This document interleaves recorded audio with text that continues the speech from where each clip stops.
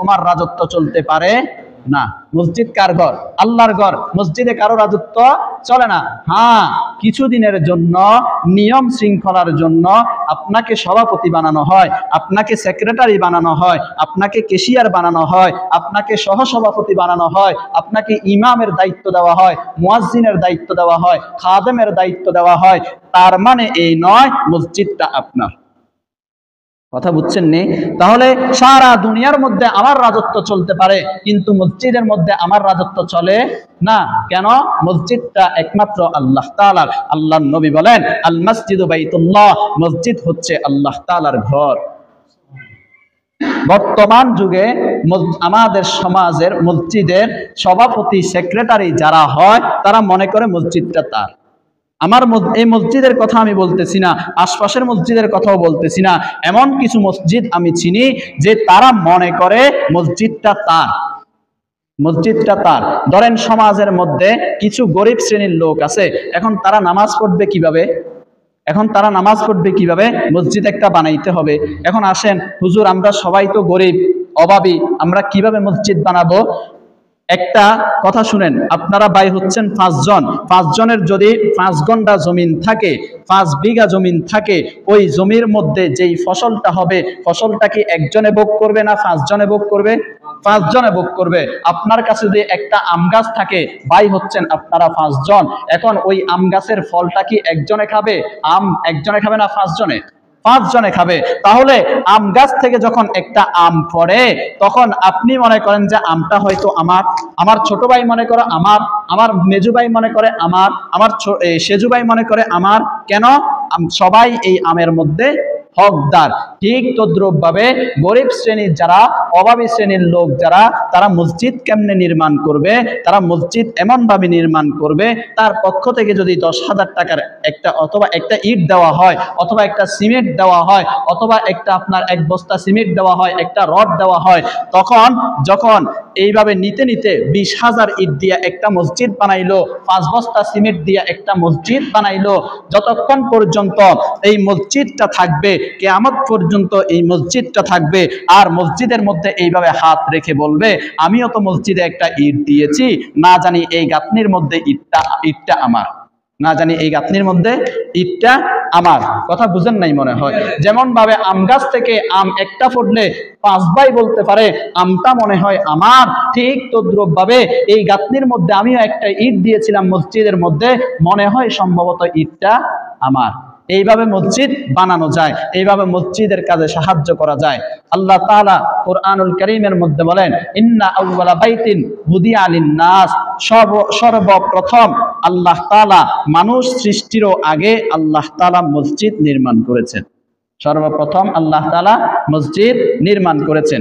আসেন, আল্লাহ তাআলা যে সর্বপ্রথম মসজিদ নির্মাণ করেছেন মানুষ বানানোর আগেও, এই কথা বোঝার জন্য একটা ঘটনা বলি। ভারতের হায়দ্রাবাদে একটা পাহাড়ি অঞ্চল আছে, ওই পাহাড়ের চূড়ায়, একদম পাহাড়ের উপরে একটা মসজিদ আছে, একটা গম্বুজওয়ালা অসম্ভব সুন্দর একটা মসজিদ আছে। আমাদের উস্তাদের মুখে শোনা কথা, উস্তাদ যখন ওই দারুল উলুম দেওবন্দে পড়ে আসছে, তখন সেখান থেকে আসার পরে দরসের মধ্যে ঘটনাটা শুনাইলো। এই পাহাড়ের চূড়ার মধ্যে একটা মসজিদ আছে। মসজিদে যখন গেল, মসজিদের গেট তালা মারা, মসজিদের গিরিল গুলা তালা মারা, জঙে ধরে গেছে, কেউ খুলেও না। তো হুজুররা ওই জায়গার মধ্যে কোনো লোককে পাইল না। পাহাড় থেকে নিচে আসার পরে কিছু লোককে জিজ্ঞেস করলো যে মসজিদটা এভাবে তালাবদ্ধ হয়ে পড়ে আছে, আশপাশে কাউকে দেখতেছি না। বলে, হুজুর দেখবেন কিভাবে? তার চতুর্পাশে কোনো মানুষ বসবাস করে না, এই কারণে মসজিদটা খালি পড়ে আছে, মসজিদটার মধ্যে ইবাদত করার মতো কোনো লোক নাই। তো হুজুর বলল, তাহলে মসজিদটা বানাইলো কে? তখন তারা প্রশ্নের জবাব দিল যে মসজিদটা বানাইলো সৌদি প্রকল্পের কিছু মানুষ আসিয়া এই মসজিদটাকে বানাই দিছে। বলে, কেন? বলে, তারা গবেষণা করে তারা বুঝতে পারছে যে এই জায়গার মধ্যে, এই পাহাড়ের পূর্ব পাশে, দক্ষিণ পাশে, উত্তর পাশে, পশ্চিম পাশে মানুষ একদিন আসিয়া বসবাস করা শুরু করবে, মানুষ একদিন আসিয়া বসবাস করা শুরু করবে, আর তারা এই মসজিদের মধ্যে নামাজ পড়বে। তারা এই মসজিদের মধ্যে নামাজ পড়বে। সুতরাং এখান থেকে বোঝা যায় তারা মানুষ এখনো আসে নাই, মানুষ আসার আগে মসজিদ সৌদিরা এসে কি করছে, বানিয়ে দিছে। এইখান থেকে বোঝা যায় আল্লাহ তাআলা যে কুরআনুল কারীমের মধ্যে বলল ইন্না আউওয়ালা বাইতিন বুদিআ লিন-নাস, আমি মানুষদের জন্য সর্বপ্রথম যেই ঘরটি বানিয়েছি সেটা হলো মসজিদ, সেটা হলো মসজিদ। তাহলে এই মসজিদ কার ঘর?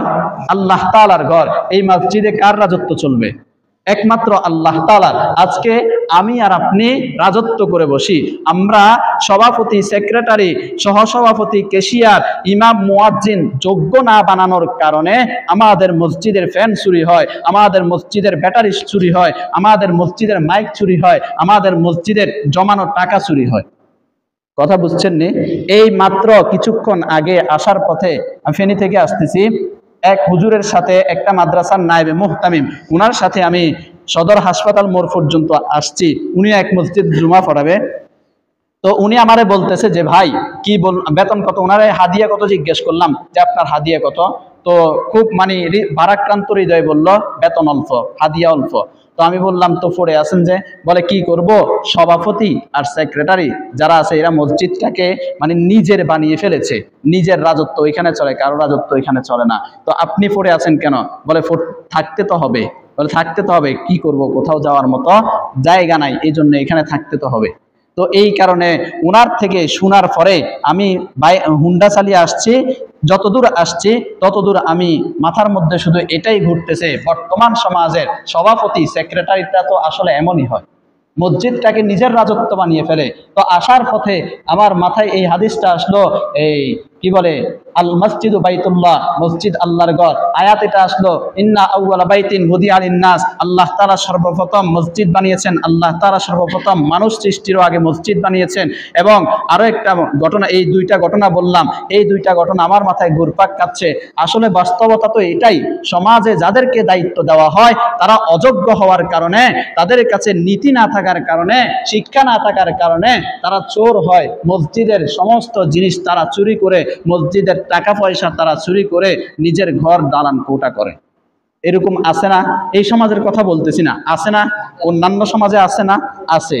দেখবেন কিছু কিছু লোক আছে যারা ফাউন্ডেশন বানায়, ফাউন্ডেশন নির্মাণ করে, ওই জায়গার মধ্যে নাম থাকে অমুকের ফাউন্ডেশন, অমুকের ফাউন্ডেশন। কিন্তু এই যে ফাউন্ডেশন যে অমুকে দিয়েছে, এই ফাউন্ডেশনের মধ্যে কি সে নিজ অর্থায়নে মানুষদেরকে আর্থিক সহযোগিতা করতেছে? একেবারে না, তারা আর্থিক সহায়তা করতেছে না।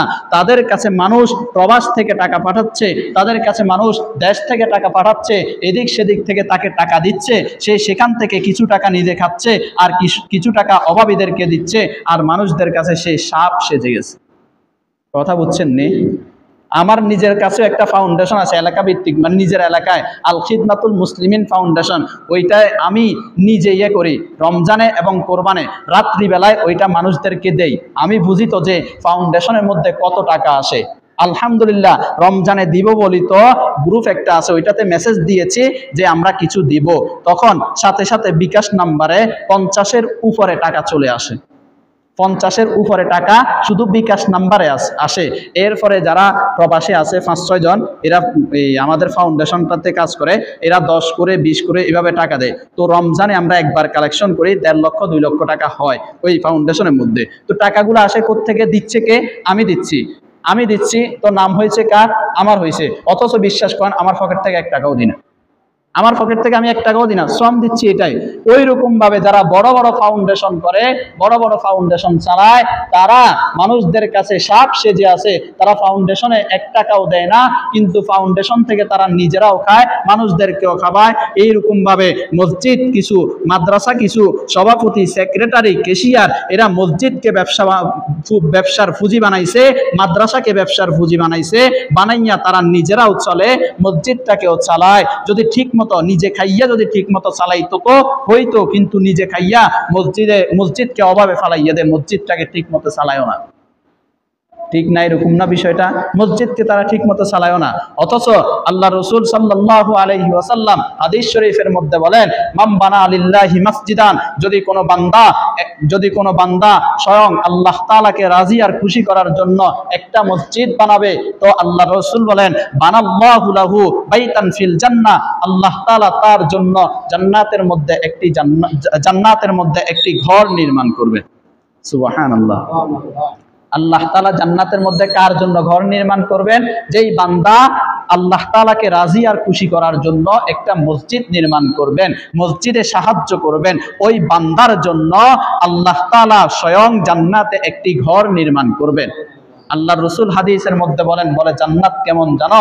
বলে কোনো কান এই জান্নাতের কোনো কিছু এই কান শুনে নাই, কলব চিন্তাও করতে পারবে না, চোখ দেখে নাই, বলে এইরকম হবে জান্নাত। এই জান্নাতের মধ্যে একটা ঘর আল্লাহ তাআলা নির্মাণ করবেন ওই বান্দার জন্য, যে স্বয়ং আল্লাহ তাআলাকে রাজি আর খুশি করার জন্য মসজিদ নির্মাণ করবে। আর যদি মসজিদের দায়িত্ব পাওয়ার পরে আমি যদি মসজিদের টাকা খেয়ে বড়লোক হই, আল্লাহ তাআলা আপনাকে সেই অভিশাপ দুনিয়াতে না দিলেও অপেক্ষা করেন, কাল কিয়ামতের ময়দানে সেই আযাব আল্লাহ তাআলা আপনাকে দিবেন। মাকারাল্লাহ ওয়া মাকারাল্লাহ ওয়াল্লাহু খায়রুল মাকিরিন। আপনি যত পরিকল্পনাই করেন না কেন, সবচেয়ে উত্তম পরিকল্পনাকারী একমাত্র আল্লাহ। আপনি পরিকল্পনা করবেন মসজিদে আমি পুরাতন ফ্যান দিয়ে নতুন ফ্যান আমার ঘরে লাগামো, মসজিদও চলবে, আমার ঘরেও চলবে, আমার ঘরটা সুন্দর লাগবে। মসজিদ সুন্দর না লাগলে কি হয়েছে? আরেকজন বান্দা এসে নতুন